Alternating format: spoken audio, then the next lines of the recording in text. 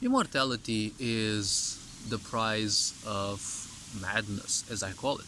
But at the same time, it is the pursuit of madness, right? Now, the point about immortality is, as of what I've been seeing these days, and well, it's not as of these days, it's something much older, but as of what I'm seeing around me, there is this thing which I call the Immortality Syndrome. Now, Immortality Syndrome, if I am to simply present, is when people believe that they simply have all the time in the world to do things. They just distract themselves literally all the time. Now, this comes from a sense of, or from certain layers of ignorance, because being ignorant to the fact that you have a certain amount of time on this planet, well, that will give you the impression that you can live simply forever. If we are to take life as a contract, which in a way kind of is, it is a contract in between, let's say, a piece of life, right? An energy of life, right? An entity, let's call it so, and this planet. What is the most important thing of a contract? Well, the striking aspects of any contract are that, well, you need at least two sides for a contract, and obviously it has a time. A contract is made for a certain period of time. Even if it is stipulated to be so-called forever, you don't know if the entities that created the contract will also live forever. And since everything is limited in this world, well, contracts are also therefore limited. If we are to take life as a contract, it means that there is something that, well, in between inverted comma is signed, right? Your birth is basically kind of a signature. You come as a piece of life that doesn't have anything, right? You're just a piece of life, and you inhabit a physical body. Inhabiting a physical body means that you get it, right? The fact that you get this physical body means that obviously it is not yours. Obviously, we call this body our body, right? My body, your body. But this is because of a principle of physicality. This physical body works on the principle of boundaries. And, well, unfortunately, many people don't know what a boundary is or how to set correct boundaries in between them and other people. But even if they don't know how to set boundaries, there is something called the laws of physicality. Now, the law of physicality says that technically everyone, and this is not something specific to us humans, all animals, for example, have it. There is a certain, let's say, border, which I call the border of acceptance. Anyone or anything that crosses that border, well, depending on some logical aspects and, well, let's say emotional attachments, there will be a reaction. Even if you don't like it, the reaction will still exist, because the body exists on the principles of physicality. There is no going around, there is no circumventing this. The physical body, you inhabit it, you simply function by its rules, right? It has, let's say, its own EULA agreement, right? If, let's say, as a piece of life, you are capable of doing far more, when you join this physical body, the point is, you are not capable of doing probably as much as a spirit would. But there may be some perks, because discarnate beings, for example, don't have a discerning mind. They just function, mainly, they function on impulse. But living beings have something which is called discerning mind, because you are capable of choosing. And choice means, well, picking something that normally would be more suitable for you, right? That is a choice. Now, obviously, a choice should be aimed more towards the well-being of the others, because the well-being of the individual kind of, not always, but kind of tends to be against the well-being of the collective, more or less. So, if there is a certain, let's say, contract in between you as a piece of life and this planet, it means that sooner or later that contract will be over. And, well, when that life is over, you know that you have to give this body back.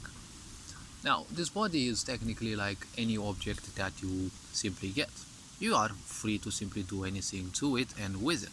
The only difference is that, well, you're technically inhabiting the body. So, if something painful hurts it, if something painful happens to it, you're also gonna be warned about it, and most likely in painful ways, right? So with the physical body, you are given it in the form of a cell, right? Two sexual cells that simply unite and become a bigger cell, right? That cell starts dividing and starts creating um, primordial cells, which, well, later on create primary cells and then secondary cells and then, specialization of organs, tissues, and the such, right? And ultimately, through time, has reached the level that you are right now. So the point is, sooner or later, it doesn't matter how much you accumulate in this physical body, because this body simply functions by its own rules. You just need to feed it. You just need to take care of some functional principles of it. Obviously, there are thousands of such principles, but, well, depending on everyone's perception, there are more or less. So the body evolves all by itself, right? There are people who say that, as parents, they say that nasty thing that, I gave you birth, right? Well, it is indeed the fact that you came into this world because of, two people getting more or less horny, right? And, well, they underwent a sexual course and, well, sooner or later, you popped out into this world. So this physical body is not yours, and the way it's growing, it's basically part of the contract. It is a perpetual transaction, as I've been calling it. Why? Because your breathing is technically a transaction. Eating is a transaction. Hearing is a transaction. Seeing is a transaction. There is information that comes from outside into the inside. When you are focusing on something, information is coming from the outside to you. You are processing it logically, emotionally, mentally, whatever. But at the same time, you're also paying some attention to it. So that makes it even more of a, let's say, exchange, right?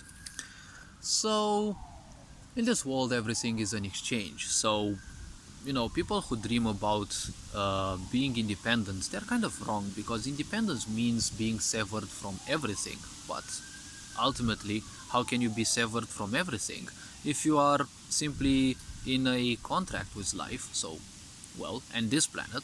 So at the same time, you are not independent, right? You are in a contract, so it means you have an agreement with something else. This is against independence. Now, obviously, independence can be perceived as, the ability to act on your own, irrespective of whatever is around. Yes, but acting on your own means that you will use resources. And those resources are found on this planet, but you need to acquire them. And you will acquire them most likely from other people. So there will always be contracts and contracts. So you will basically be dependent upon others, sooner or later. You want to buy something, you go to someone, most likely whom you don't know, or whom you know if you've been buying from them for a certain period of time. But a principle in business says that whatever you want, someone whom you don't know already has it, right? Like, for example, Amazon. Amazon is a platform that you know of, but you don't know about, most likely. Now, the history of it is more or less important from a business standpoint or whatever standpoint, but ultimately you don't know the people who have been doing the work around the clock to deliver you that which you have ordered from Amazon or whatever. So in this case, it's people whom you don't know. So this physical body that we took will return to the planet, and it doesn't matter how much fat you acquire, how much mistreatment you apply to it, how you take care of your physical body is one's own business, right? It is our business how we take care of the physical body, what we put into it. But ultimately, it doesn't matter how we use it. Sooner or later, the planet will simply reclaim it, right? Because, well, even religion says it, from dust we come, to dust we go.